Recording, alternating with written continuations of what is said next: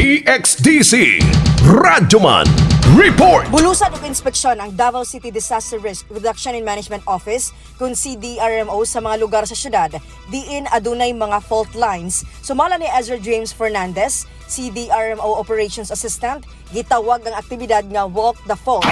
The main objective ani again is to assess to ang faults na naata diri sa dakyan sa Davao and to know kung sa mga hazards, possible na hazards na mag-apekto sa atong katawhan. Kauban sa Cdrrmo ang Philippine Institute of Volcanology and Seismology kung PHIVOLCS ug uban pa mga concerned agencies para sa maong aktibidad.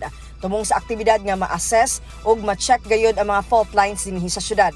Gikatakda kini ipahigayon sa ikatlong semana sa Nobyembre. Kasama mo sa balita, Radyoman ay Miguelita, Tatak RMN. RMN News, Diretso Balitang Metro Davao.